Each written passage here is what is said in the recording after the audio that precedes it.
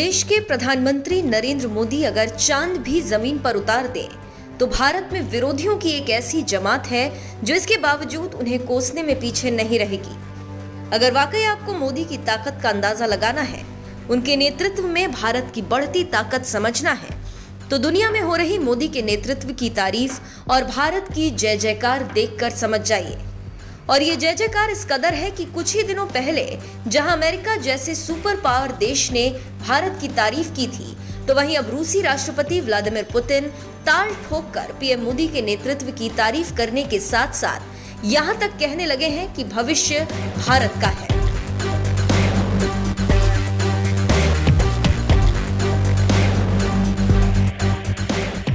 ये बात तो आप भी जानते हैं कि पिछले कई महीनों से रूस और यूक्रेन के बीच युद्ध चल रहा है, लेकिन इस युद्ध को न तो अमेरिका जैसा सुपर पावर देश रोक सका और न ही कोई यूरोपीय देश रूस के राष्ट्रपति पुतिन को युद्ध रोकने की नसीहत दे सका। ये काम कोई अगर कर सका तो वो भारत के प्रधानमंत्री नरेंद्र मोदी ही थे, जिन्होंने उज्बेकिस्तान के समरकंद में रूस के राष्ट्रपति पुतिन के सामने उन्हें नसीहत दे डाली कि ये वक्त युद्ध का नहीं है।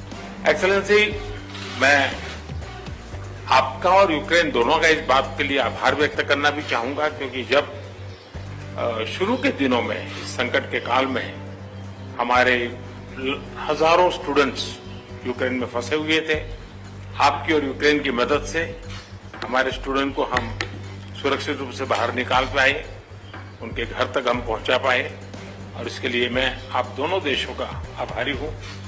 एक्सेलेंसी, मैं जानता हूं कि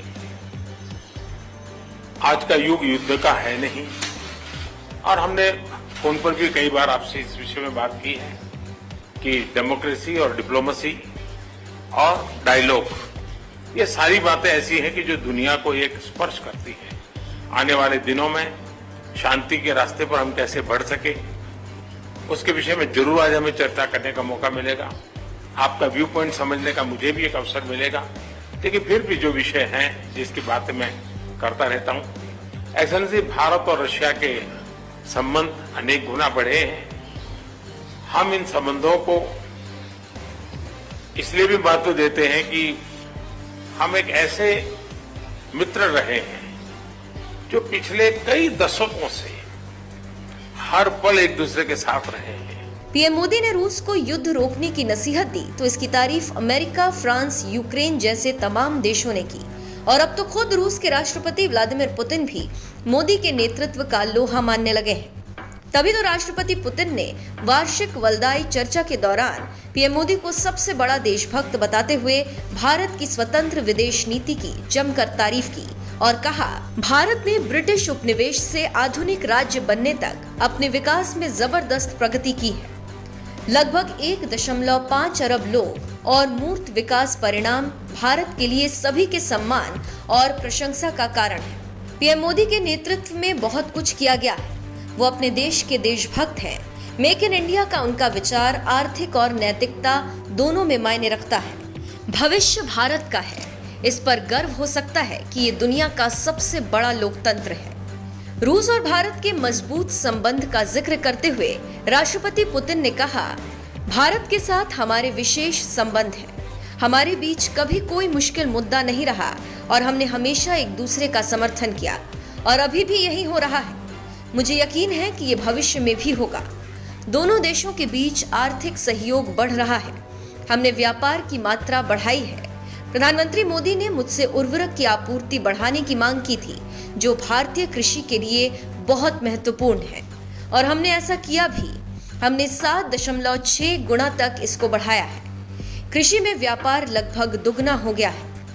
ये बात तो आप भी जानते हैं कि पश्चिमी और यूरोपीय देशों ने भारत पर खूब दबाव बनाया था, जिससे वो रूस से तेल न खरीदे, लेकिन भारत ने भी इन देशों की नाराजगी की परवाह किए बिना ताल ठोककर रूस से तेल खरीदना जारी रखा। ये यूक्रेन की लड़ाई के कारण तेल की कीमत, तेल माने